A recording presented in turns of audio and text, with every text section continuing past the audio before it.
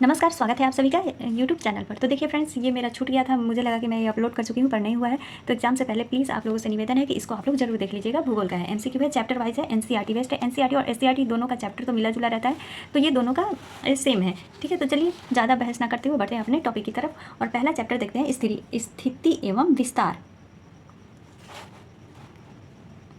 Class 10th की तो सारी चैप्टर वाइज एमसीक्यू अपलोड हो चुकी है। ठीक है, यही छूट गया था, स्थिति एवं विस्तार। तो पहला प्रश्न है, क्षेत्रफल की दृष्टि से भारत का विश्व में कौन सा स्थान है? तो वो तो 7वां है, इजी हो गया। भारत का अक्षांशीय एवं देशांतरीय विस्तार में लगभग कितने डिग्री का अंतर होता है? तो अक्षांशीय और देशांतरीय जो विस्तार होता है, जैसे ये अक्ष पर लेटा हुआ है, ये देशांतरीय, तो इन दोनों में अंतर जो होता है वो होता है 30 डिग्री का। आंसर क्या हो गया? 30 हो गया। अगला प्रश्न है, भारत की स्थलीय सीमा रेखा तटीय सीमा रेखा के लगभग कितनी बड़ी होती है? तो वो होती है 2 गुनी। ठीक है, इसका आंसर क्या हो गया? दूसरा हो गया। भारत एवं चीन के बीच की सीमा रेखा का क्या नाम है? तो देखिए, भारत और चीन के बीच की सीमा रेखा का नाम है मैकमोहन, और रेड क्लिफ किसका है? तो वो है भारत और पाकिस्तान के बीच का सीमा रेखा का। ठीक है, 23.5 डिग्री उत्तरी अक्षांश को क्या कहते हैं? तो 23.5 डिग्री उत्तरी अक्षांश को कहते हैं उत्तर की तरफ। ठीक है, तो उत्तरी अक्षांश को कहते हैं कर्क रेखा, अगर दक्षिणी अक्षांश आ जाता तो उसको मकर रेखा कहते हैं। अगला है, भारतीय मानक समय ग्रीनविच स्टैंडर्ड टाइम से कितने घंटे का अंतर होता है? तो वो होता है 5.5 घंटे का अंतर। देखिए, फर्स्ट चैप्टर में ये पूरा दिया है, तो चैप्टर वाइज एमसीक्यू करेंगे तो बहुत फायदेमंद रहेगा एग्जाम की दृष्टि से, तो बहुत है ये। क्षेत्रफल की दृष्टि से विश्व का सबसे बड़ा देश कौन सा है? तो वो है रूस। चीन, तो रूस, कनाडा, फिर चीन हो जाता है, फिर अमेरिका, ब्राज़ील, भारत, इस प्रकार से आ जाता है ये 6। 7वें नंबर पर अपना भारत है। भारत में कुल कितने केंद्र शासित प्रदेश हैं? तो अब हो गया है 8, इसका आंसर हो गया 8। अगला प्रश्न, भारत में अरुणाचल प्रदेश और कच्छ के बीच स्थानीय सीमा में कितने घंटे का अंतर होता है? स्थानीय सीमा में बोल रहा है, तो अरुणाचल प्रदेश से और गुजरात के बीच में 2 घंटे का अंतर होता है, 2 घंटे का, इसका आंसर हो गया। भारत की स्थल सीमा कितने देशों को छूती है? तो भारत की जो स्थल सीमा है वो कितने देशों को छूती है? तो वो छूती है 7 देशों को। ठीक है, बिहार का शोक किस नदी को कहा जाता है? तो वो तो कोसी नदी को कहा जाता है। निम्नलिखित में से कौन सा भारतीय संघ राज्य का सबसे दक्षिणतम बिंदु है? भारतीय संघ राज्य का सबसे दक्षिणतम बिंदु कौन सा है? तो वो है हमारा इंदिरा पॉइंट। कौन है? इंदिरा पॉइंट है। अगला प्रश्न, निम्नलिखित में से क्षेत्रफल के आधार पर भारत का सबसे बड़ा एवं सबसे छोटा राज्य क्रमशः कौन सा है? देखिए, क्षेत्रफल के आधार पर तो सबसे बड़ा कौन सा आ गया? राजस्थान। सबसे छोटा गोवा है। अगला प्रश्न है हमारा, निम्नलिखित में से कौन से भारतीय राज्य या केंद्र शासित प्रदेश चीन की सीमा को स्पर्श करते हैं? तो चीन की सीमा को कौन कौन स्पर्श करता है? हिमाचल प्रदेश, उत्तराखंड, जम्मू कश्मीर या फिर सिक्किम। तो यहाँ पर कूट दिया हुआ है, तो देखिए चीन की सीमा को कौन कौन करता है? एक तो हिमाचल प्रदेश करता है, उत्तराखंड करता है और सिक्किम करता है, जम्मू कश्मीर नहीं करता है। तो इसका आंसर क्या हो गया हमारा? 1 2 4, 1 2 4, इसका आंसर हो गया तीसरा। आगे बढ़ते हैं, अगला प्रश्न है, उत्तराखंड, उत्तर प्रदेश, बिहार, पश्चिम बंगाल और सिक्किम राज्य की सीमाएं किस देश को छूती है? तो वो देखिए नेपाल को छूती है। पाक जल संधि किन 2 देशों के बीच अवस्थित है? तो पाक जल संधि भारत और श्रीलंका के बीच अवस्थित है। निम्नलिखित में से हिमालय के किस भाग को आंतरिक हिमालय के नाम से जाना जाता है? आंतरिक हिमालय के नाम से बोल रहा है, तो वो जाना जाता है बृहद हिमालय या महान हिमालय को। ठीक है, इसका आंसर क्या हो गया हमारा? तीसरा हो गया। आगे बढ़ते हैं दूसरे अध्याय की तरफ, और दूसरा अध्याय है हमारा भौतिक स्वरूप। भारत के संपूर्ण क्षेत्रफल का कितना प्रतिशत भूभाग मैदानी है? देखिए, अब यहाँ पर मैदानी ये सब पूछते रहेगा, तो कितना प्रतिशत मैदानी भाग है? तो मैदानी भाग है 43%। पूर्व में भूमंडल पर केवल एक ही भूखंड था, जिसे किस नाम से जाना जाता था? अच्छा, एक ही भूखंड था पहले, तो वो था पेंजिया भूखंड था, जिसके इसी नाम से जाना जाता था। शिपकिला दर्रा भारत के किस राज्य में स्थित है? तो वो तो हिमाचल प्रदेश में है। नथुला दर्रा किस राज्य में स्थित है? तो नथुला दर्रा जो है वो सिक्किम में स्थित है। कहाँ पर? सिक्किम में। माउंट एवरेस्ट की ऊंचाई वर्तमान में कितनी है? तो 8,848 किलोमीटर तो नहीं दिया हुआ है, यहाँ पर 49। देखिए, ये थोड़ा सा कन्फ्यूजन वाला ऑप्शंस दिया है, यहाँ पर 8,849 होगा क्योंकि 48 दिया नहीं है और 50 गलत है। इसको एक बार आप लोग थोड़ा सा देख लीजिएगा। आगे बढ़ते हैं, भारत की सबसे लंबी चोटी का क्या नाम है? तो भारत की सबसे लंबी चोटी का नाम है K2 यानी कॉडविन ऑस्टिन। भारत के दक्षिणतम बिंदु को क्या कहा जाता है? तो इंदिरा पॉइंट कहा जाता है, और इंदिरा कॉल उत्तर बिंदु को कहा जाता है। ठीक है, विश्व प्रसिद्ध कांगड़ा एवं कुल्लू घाटी स्थित है। कांगड़ा एवं कुल्लू घाटी से बहुत प्रश्न पूछा जाता है, तो वो कहाँ पर स्थित है? तो वो है ट्रांस हिमालय में। कहाँ स्थित है? ट्रांस हिमालय में स्थित है।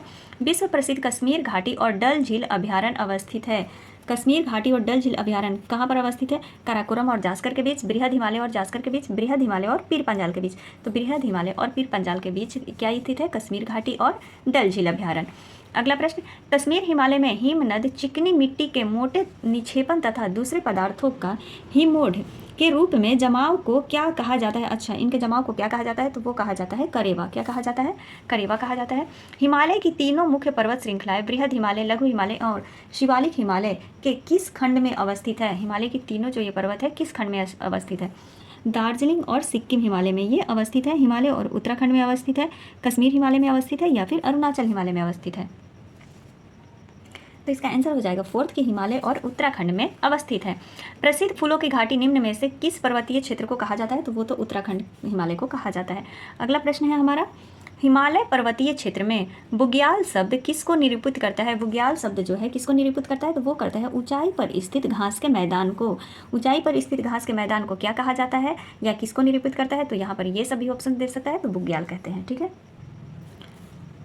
और हाँ फ्रेंड्स, कम समय में मैं सोच रही हूँ कि सारे टॉपिक आप लोग को इंक्लूड करवा दूँ जो भी मेरे पास उपलब्ध है। तो प्लीज़ इस पर अगर एक तो आंसर इधर उधर हो जाता है आप लोग मैनेज कर लीजिएगा पहले। चलिए अगला प्रश्न है, द्वार स्थलाकृति पाई जाती है। द्वार स्थलाकृति कहाँ पाई जाती है? तो वो पाई जाता है सिक्किम और दार्जिलिंग हिमालय में। मुनप्पा, डफला, अबोर, मिस्मी, निसी और नागा कहाँ है? तो ये उत्तर पूर्वी भारत की जनजातियां हैं। कौन है? मुनप्पा, डफला, अबोर, मिस्मी, ये निसी और नागा, ये कहाँ की जनजातियां हैं? तो उत्तर पूर्वी भारत की जनजातियां हैं। अगला प्रश्न है हमारा, बराक नदी किन राज्यों की एक महत्वपूर्ण नदी है? तो मणिपुर और मिजोरम की एक महत्वपूर्ण नदी है। कौन सी? बराक नदी। उत्तर पूर्व में किस राज्य को मोलेसिस बेसिन कहा जाता है? उत्तर पूर्व की बात कर रहा है कि किस राज्य को मोलेसिस बेसिन कहा जाता है? तो वो कहा जाता है त्रिपुरा, नागालैंड, मिजोरम या फिर मणिपुर को। तो वो कहा जाता है मिजोरम को। इसका आंसर क्या हो गया? दूसरा हो गया। 18 प्रश्न है, भारत का उत्तरी मैदान किन नदी प्रणालियों के द्वारा बना हुआ है? तो वो बना है गंगा, सिंधु और ब्रह्मपुत्र नदी प्रणालियों से बना हुआ है उत्तरी मैदान। विश्व का सबसे बड़ा नदी द्वीप माजुली किस नदी पर अवस्थित है? तो वो ब्रह्मपुत्र नदी पर अवस्थित है। नदी मैदान के संदर्भ में दोआब का अर्थ होता है, तो दोआब का अर्थ होता है दो नदियों के बीच का भाग, जिसको कि दोआब कहते हैं। अगला प्रश्न, पंजाब के मैदान का निर्माण किन नदियों के द्वारा होता है? तो पंजाब के मैदान का जो निर्माण है वो किन नदियों के द्वारा होता है? तो सिंधु, झेलम, चिनाब, रावी और ब्यास एवं सतलज, इन छह नदियों से पंजाब के मैदान का निर्माण होता है। इसका आंसर क्या हो गया हमारा? तीसरा हो गया। नाम सारे याद रख लीजिएगा। अगला प्रश्न हमारा आता है, प्रायद्वीपीय पठार से संबंधित दक्कन ट्रैप है। दक्कन ट्रैप क्या है? काली मृदा से युक्त पठारी क्षेत्र, नग्न चट्टानों वाली स्थलाकृति, पश्चिमी घाट के पूर्वी ढलानों में पाई जाने वाली मृदा, यहाँ पाई जाने वाली चौड़ी तथा छिछली घाटियाँ। तो प्रायद्वीपीय पठार से संबंधित यानी दक्कन ट्रैप जो है वो है काली मृदा से युक्त पठारी क्षेत्र। इसका आंसर हो गया फर्स्ट। निम्नलिखित में से कौन सी पहाड़ियाँ पश्चिमी घाट के अंतर्गत शामिल हैं? अच्छा, पश्चिमी घाट के अंतर्गत शामिल है कौन सी पहाड़ियाँ? तो देखिए यहाँ पर ये भी शामिल है, अन्नामलाई भी शामिल है, नीलगिरी भी शामिल है, नल्ला मल्ला नहीं शामिल है, कार्डमम शामिल है। ठीक है, तो 1 2 4 देख लेते हैं किसमें शामिल है। इसका आंसर हमारा हो जाएगा 1 2 4, तीसरा हो गया। आगे बढ़ते हैं, प्रायद्वीपीय पठार की सबसे ऊंची चोटी है। प्रायद्वीपीय पठार की सबसे ऊंची चोटी कौन सी है? तो वो है हमारा, एक मिनट, प्रायद्वीपीय पठार की सबसे ऊंची चोटी है महेंद्रगिरी, टोटाबेटा, अन्नामुलाई या फिर मिलाईगिरी। तो प्रायद्वीपीय पठार की सबसे ऊंची चोटी है अन्नाईमुडी। अगला प्रश्न है, पूर्वी घाट और पश्चिमी घाट निम्न में से किन पहाड़ियों में आपस में मिलते हैं? अच्छा, क्या पूरा है? पूर्वी घाट और पश्चिमी घाट किस पहाड़ी के बीच मिलता है? तो वो नीलगिरी पहाड़ी के। ठीक है, नीलगिरी पहाड़ी के पास मिलते हैं दोनों, पूर्वी घाट और पश्चिमी घाट यहाँ पर ऐसे। और नीलगिरी की सबसे ऊंची चोटी क्या है? तो नीलगिरी की ऊंची चोटी है डोडाबेटा। निम्नलिखित में से कौन सा कथन असत्य है यानी गलत है? पश्चिमी घाट पूर्वी घाट की अपेक्षा ऊंचा है, ये तो सही है भैया। पश्चिमी घाट का विस्तार सतत है जबकि पूर्वी घाट का विस्तार सतत नहीं है। उदमंगलम जिससे ऊटी के नाम से जाना जाता है, अन्नामलाई पर्वतमाला में स्थित एक महत्वपूर्ण हिल स्टेशन है। पूर्वी घाट का सबसे ऊंचा शिखर जिनधड़ा है, तो ये गलत है। अगला प्रश्न है, मेघालय के पठार को 3 भागों में बांटा गया है, गारो, खासी और जयंतिया पहाड़ियाँ। इस विभाजन का आधार है जनजातियाँ, वर्षा की मात्रा, स्थलाकृति भिन्नतियाँ या फिर वनस्पतियाँ। तो इसका क्या आधार है? तो इसका आधार हो जाता है जनजातियाँ। ठीक है, मेघालय के पठार को 3 भागों में किसके कारण बांटा गया है? तो जनजातियों के कारण बांटा गया है। अगला प्रश्न हमारा है, जनजातियाँ। पूर्वी घाट का विस्तार है महानदी तट घाटी से दक्षिण में नीलगिरी तक, गंगा के डेल्टाई मैदान से कावेरी नदी के डेल्टाई मैदान तक, महानदी घाटी से कार्डमम पहाड़ियों तक या फिर स्वर्ण रेखा नदी से जवादी पहाड़ी तक। तो पूर्वी घाट का विस्तार कहाँ से कहाँ तक है? तो पूर्वी घाटी का विस्तार जो है महानदी घाटी से दक्षिण में नीलगिरी तक है। ठीक है, इसका आंसर क्या हो गया? फर्स्ट हो गया। आगे बढ़ते हैं, अगला प्रश्न हमारा है, बरखान स्थलाकृति का संबंध है। बरखान स्थलाकृति का संबंध किससे है? द्वीप समूह से, तटीय मैदानों से, मरुस्थल से या फिर मैदानी क्षेत्र से। तो किससे है संबंधित? तो ये संबंधित है मरुस्थल से। ठीक है, इसका आंसर क्या हो गया? तीसरा हो गया। अगला प्रश्न, भारत श्रृंखला के बीच श्रीलंका के बीच अवस्थित है पाक जल संधि, न्यू मूर द्वीप, मन्नार की खाड़ी या फिर पीरम द्वीप। तो भारत और श्रीलंका के बीच कौन सी स्थित है? तो वो स्थित है हमारा पाक जल संधि और मन्नार की खाड़ी, यानी इसका आंसर क्या हो जाएगा? इसका आंसर हो जाएगा केवल 1 और 4। अगला प्रश्न है, पश्चिमी तटीय मैदान के विभाजन के संदर्भ में निम्नलिखित में से कौन सा युग सुमेलित नहीं है? अच्छा, सुमेलित नहीं है तो गुजरात का कठियावाड़ा तट सही, महाराष्ट्र कोंकण तट, कर्नाटक मालाबार तट, केरल उत्तरी सरकार, यही गलत हो गया, ये सही नहीं है। इसका आंसर क्या हो गया? फोर्थ हो गया, क्योंकि यहाँ पर गलत पूछा था। भारत का एकमात्र सक्रिय ज्वालामुखी कौन सा है? तो भारत का एकमात्र सक्रिय जो ज्वालामुखी है वो है निकोबार द्वीप समूह में, बैरन ज्वालामुखी, शायद बैरन द्वीप जो है भारत का एकमात्र सक्रिय ज्वालामुखी है। चलिए आगे बढ़ते हैं। 10 डिग्री चैनल अलग करता है, तो देखिए 10 डिग्री चैनल अंडमान और निकोबार को अलग करता है। अगला प्रश्न, अंडमान निकोबार द्वीप समूह में किस प्रकार के वन पाए जाते हैं? अंडमान और निकोबार द्वीप समूह में सदाबहार वन पाए जाते हैं। पिटली द्वीप जहां मनुष्य का आवास नहीं है तथा वहां एक पक्षी अभ्यारण्य है, भारत में यह किस जगह पर स्थित है? पिटली द्वीप के बारे में पूछ रहा है, तो यह स्थित है लक्षद्वीप समूह में। इसका आंसर क्या हो गया? हमारा तीसरा हो गया। अब बढ़ते हैं अगले चैप्टर की तरफ, अपवाह स्वरूप। तीसरा चैप्टर क्या हो गया? अपवाह स्वरूप। लद्दाख में सिंधु नदी गार्ज का निर्माण करती है, लद्दाख में सिंधु नदी गार्ज का निर्माण करती है, जिसका क्या नाम है? तो वो है गिलगिट गार्ज। सिंधु नदी की कुल लंबाई कितनी है? तो वो है 2900 किलोमीटर। गांधी सेतु का निर्माण कब हुआ था? तो गांधी सेतु का निर्माण हुआ था 1984 ईस्वी में। लक्ष्मी सागर झील किस राज्य में स्थित है? मध्य प्रदेश में स्थित है। निम्नलिखित में से भारत में किस नदी का अपवाह तंत्र सबसे बड़ा है? तो अपवाह तंत्र सबसे बड़ा किस नदी का है? तो गंगा नदी का अपवाह तंत्र सबसे बड़ा है। यह नदी चंद्रा और भागा दो सरिताओं से मिलने से बनती है। ये सरिताएं हिमाचल प्रदेश के कलांग के निकट तांडी में आपस में मिलती हैं, इसीलिए इसे चंद्रभागा के नाम से भी जाना जाता है। उपयुक्त विवरण में किस नदी के संबंध में बात कही गई है? तो वो चिनाब नदी के संदर्भ में बात कही गई है। भाखड़ा नागल परियोजना अवस्थित है, कहाँ पर है? तो ये है सतलज नदी पर अवस्थित। इसका आंसर क्या हो गया? तीसरा हो गया। गंगा नदी का उद्गम स्रोत कहाँ होता है? तो गंगोत्री हिमनद से होता है। अगला प्रश्न, भागीरथी एवं अलकनंदा का संगम किस जगह पर होता है? तो देवप्रयाग में होता है भागीरथी एवं अलकनंदा का संगम। यह नदी दक्षिण में सतपुरा और उत्तर में विंध्याचल श्रेणियों के मध्य भ्रंश घाटी में बहती हुई संगमरमर की चट्टानों में खूबसूरत महाखंड बनाती है। उपयुक्त कथन किस नदी से संबंधित है? तो नर्मदा नदी ही बनाती है। सरदार सरोवर परियोजना किस नदी पर अवस्थित है? तो ये नर्मदा नदी पर, सरदार नर्मदा पे है। और सतलज नदी पर कौन सा है? तो भाखड़ नांगल परियोजना है। निम्नलिखित में से किस नदी को दक्षिण की गंगा के नाम से जाना जाता है? तो वो गोदावरी को जाना जाता है। अमरावती, भवानी, हेमवती तथा कंदनी, देखिए ये सब लेडीज जैसा नाम लग रहा है ना। अमरावती, भवानी, हेमवती और तथा काबिनी किसकी सहायक नदियां हैं? तो वो किसकी है? तो वो है कावेरी नदी की सहायक नदी है। ठीक है। अपवाह क्षेत्र के घटते क्रम के अनुसार प्रायद्वीपीय नदियों का कौन सा क्रम सही है? अच्छा, अपवाह क्षेत्र के घटते क्रम के अनुसार लगाना है, तो इसमें इसका मतलब क्या हो गया कि सबसे पहले हमें बड़ा लगाना होगा, तभी ना घटते हुए जाएंगे। तो बड़ा में तो प्रायद्वीपीय में गोदावरी आ जाती है, तो दो ऑप्शंस में दिया हुआ है, गोदावरी के बाद कृष्णा नदी, उसके बाद महानदी, फिर कावेरी। तो इसका आंसर हमारा हो गया तीसरा। आगे बढ़ते हैं। अगला प्रश्न है, गंगा नदी में न्यूनतम जल प्रवाह वर्ष के किस महीने में होता है? जल प्रवाह किस महीने में होता है? तो वो होता है जनवरी से जून में। कहाँ पर? गंगा नदी में न्यूनतम जल प्रवाह वर्ष किस महीने में होता है? तो जनवरी से जून महीने में होता है। दामोदर नदी किसकी सहायक नदी है? तो वो है हुगली की सहायक नदी। निम्नलिखित में से भारत का कौन सा जलप्रपात शरावती नदी पर स्थित है? अच्छा, जलप्रपात जो है किस नदी पर स्थित है? तो शरावती नदी पर स्थित है, तो वो है जोग जलप्रपात। अगर पूछ लेगा कि जोग जलप्रपात किस नदी पर स्थित है? तो शरावती नदी पर स्थित है। मानव निर्मित गोविंद सागर झील का संबंध किस परियोजना से है? तो वो है भाखड़ा नांगल परियोजना से। इसका आंसर क्या हो गया? चौथा हो गया। चलिए अब बढ़ते हैं अगले चैप्टर की तरफ, जिसका नाम है जलवायु। पहला प्रश्न है, चौथा चैप्टर जलवायु। पहला प्रश्न, भारत की जलवायु कैसी है? तो भारत की जलवायु उष्ण है। आंधियों को किस राज्य में आम की बौछार कहा जाता है? तो वो कहा जाता है कर्नाटक में। विश्व में सबसे अधिक वर्षा किस राज्य में होता है? तो मेघालय में होता है। अगर मासिन राम दिया रहता है तो मासिन राम भी सबसे अधिक वर्षा होता है विश्व में उस जगह पर। भारत में भौगोलिक दृष्टि से ऋतुएं मुख्यतः कितने प्रकार की होती है भौगोलिक दृष्टि से? तो वो होती हैं 4 प्रकार की। सुंदरबन डेल्टा कहाँ स्थित है? तो सुंदरबन डेल्टा पश्चिम बंगाल में स्थित है।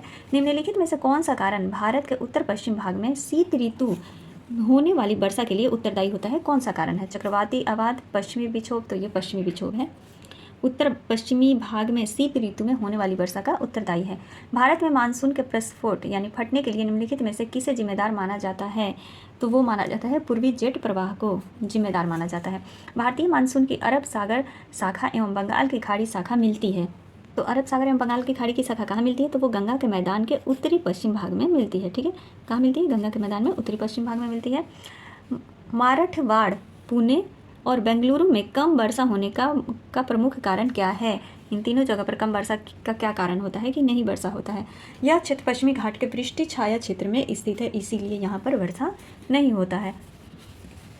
तमिलनाडु में वर्षा होती है उत्तरी पूर्वी मानसूनी पवनों द्वारा, दक्षिण पश्चिमी मानसून पवनों द्वारा, पूर्वी विक्षोभ के द्वारा। वर्षा का कारण स्पष्ट नहीं है, तो तमिलनाडु में पूछ रहा है तो वर्षा होता है उत्तर पूर्वी मानसून पवनों के द्वारा। भारतीय उपमहाद्वीप में मानसून के निवर्तन का प्रमुख कारण क्या है? तो भारतीय उपमहाद्वीप में मानसून के निवर्तन का प्रमुख कारण है बंगाल की खाड़ी में बनने वाले चक्रवात, पूर्वी जेट स्ट्रीम, पश्चिमी विक्षोभ, सूर्य का दक्षिणायन होना। तो उपमहाद्वीप में मानसून के निर्वर्तन का मुख्य कारण है सूर्य का दक्षिणायन होना। इसका आंसर क्या हो गया? 4th हो गया। अगला प्रश्न है कार्तिक मास की उष्मा का संबंध किससे है? अच्छा देखिए, कार्तिक मास की उष्मा का संबंध किससे है? तो ये है हमारा मानसून के निर्वर्तन से। किससे? मानसून के निर्वर्तन से है।